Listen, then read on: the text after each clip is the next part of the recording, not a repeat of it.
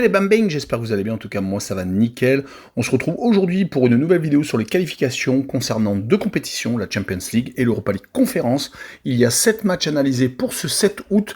En Champions League, ce sera la Slavia de Prague contre l'Union Saint-Gilloise, le Slovan Bratislava contre l'Apple Nicosie et Bialystok contre Bodo Glimt. En Europa League Conférence, Paxi contre Mornar, Aken contre Paide, Copenhague contre le Baník Ostrava et Saint-Gall contre Slask Wrocław. En tout cas, n'hésitez pas à venir nous rejoindre sur le site VIP et les réseaux sociaux, tout est à l'écran et en description. N'hésitez surtout pas à mettre vos critiques positives ou négatives, votre pronostic et également votre petit pouce. N'oubliez pas que vous êtes déjà 17 800 et que vous pouvez rejoindre la communauté et participer à nos discussions sur les réseaux sociaux. Et on attaque par la première rencontre en Champions League, Slavia de Prague contre l'Union Saint-Gilloise. Une rencontre pour moi très équilibrée entre des équipes qui ont de bons résultats. Elles ont toutes les deux rattaqué leur championnat. Le Slavia de Prague, c'est 7 points en 3 matchs. Et l'Union Saint-Gilloise, c'est 4 en 2 rencontres. En tout cas, sur les 5 derniers matchs, toutes compétitions confondues, les deux équipes n'ont pas perdu. Le Slavia de Prague, c'est 4 victoires et 1 match nul, alors que l'Union Saint-Gilloise, c'est 3 victoires et 2 matchs nuls. Et les deux formations n'ont pas eu de tour préliminaire avant cette confrontation. En tout cas, mon pronostic sera un match nul, un but partout, avec le moins de 2,5 buts sur le match et une cote à 1,83. Et on enchaîne avec le Slovan Bratislava contre l'Apple Nicosie. Le Slovan Bratislava est un club slovaque, alors que, bien entendu, l'Apple Nicosie est un club chypriote. Du côté de Chypre, on n'a pas encore attaqué le championnat, alors que du côté de la Slovaquie, le Slovan a déjà 2 matchs, 2 victoires. Ils sont sur 4 victoires et un match nul, toutes compétitions confondues. Ils ont déjà passé 2 tours préliminaires, éliminant Struga, un club de Macédoine du Nord, et Celje, un club de Slovénie. Donc ils sont particulièrement en forme. Il va falloir compter sur ceci pour analyser ensuite l'Apple Nicosie, qui de son côté n'a pas perdu non plus, faisant beaucoup de matchs amicaux et passant par Petrocub, un club de Moldavie, au tour précédent. Ils enchaînent tout de même les matchs nuls en faisant 4 sur les 5 dernières rencontres. Leur seul succès était lors du match aller contre le club de Petrocub. Sur cette rencontre, je verrai le Slovan s'imposer à la maison 2-1 et je verrai le plus de 2 buts sur le match et une cote à 1,63. Et on enchaîne par Bialystok contre Bodo Glimt. Le premier club nommé était pour moi une grosse surprise. Je ne le connaissais pas du tout. C'est un club polonais. Et quand on voit les derniers résultats, on se dit que c'est un club qui risque d'embêter beaucoup de monde. Il reste actuellement sur les 5 derniers matchs, sur 5 victoires. Leur dernier revers était en match amical en juillet. C'était contre l'Apoel Tel Aviv. Et encore, c'était 1-0. Ils ont depuis redressé la barre et ils n'arrêtent pas de s'imposer.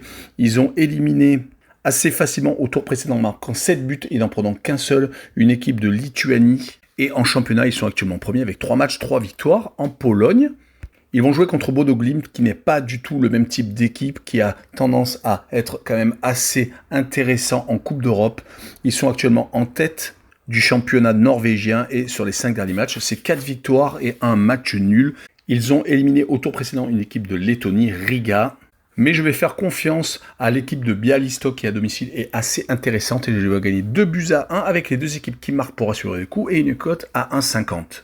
Et on enchaîne avec l'Europa League Conférence et la première rencontre Paxi contre Mornar, une équipe hongroise contre une équipe du Monténégro. Les deux formations viennent d'attaquer leur championnat. Paxi a 1 match nul et une victoire sur 2 rencontres, alors que Mornar, malheureusement, s'est incliné lors de la journée initiale. Ils ont d'ailleurs un bilan assez moyen, Mornar, avec 2 victoires toutes à domicile, dont une lors de la dernière qualification contre un club de Serbie. Ils ont également 2 défaites et un petit match nul.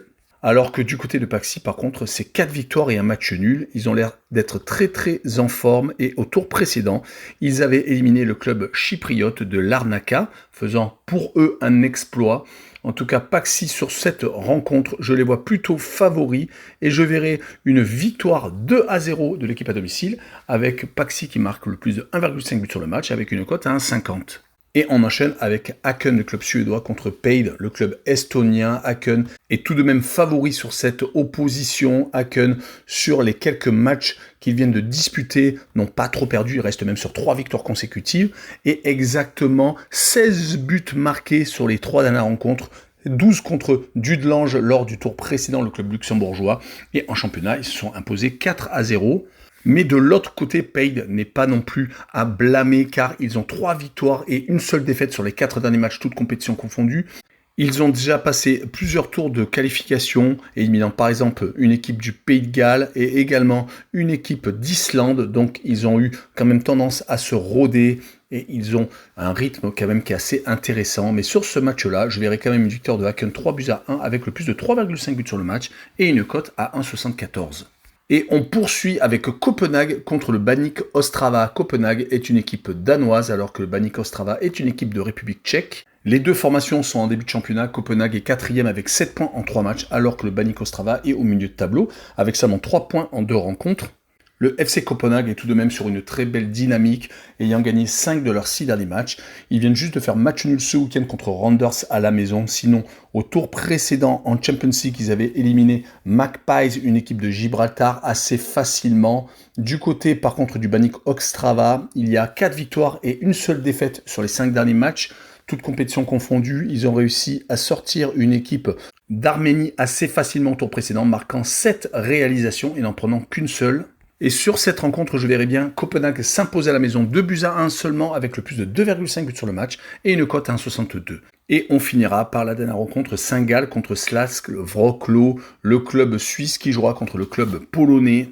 Et les deux dynamiques ne sont pas du tout les mêmes. Saint-Gall est actuellement sur 4 victoires consécutives avec beaucoup de buts marqués, encore 4 à l'extérieur en championnat. Au tour précédent, ils ont éliminé l'équipe de Tobol, marquant 5 buts et n'en prenant qu'un seul, gagnant à l'aller et au retour. L'équipe du Kazakhstan a eu du mal à exister. Saint-Gall vient de remonter au classement après sa défaite initiale. Après 3 journées, ils ont déjà 6 points. Du côté, par contre, de Wrocław, ils sont actuellement 14e avec un petit point en 2 rencontres dans le championnat de Pologne. Ils viennent de s'imposer par contre lors du match retour du dernier tour qualificatif contre Rigla, le club lettonien. Ils avaient eu du mal juste avant car ils restaient sur 2 défaites et 2 matchs nuls. Mais sur cette rencontre, je verrai quand même Saint-Gall s'imposer 3-1 avec Saint-Gall qui marque le plus de 1,5 but sur le match et une cote à 1,58. Voilà, on en a fini avec cette courte vidéo. N'hésitez pas à venir nous rejoindre. Ciao les bambins!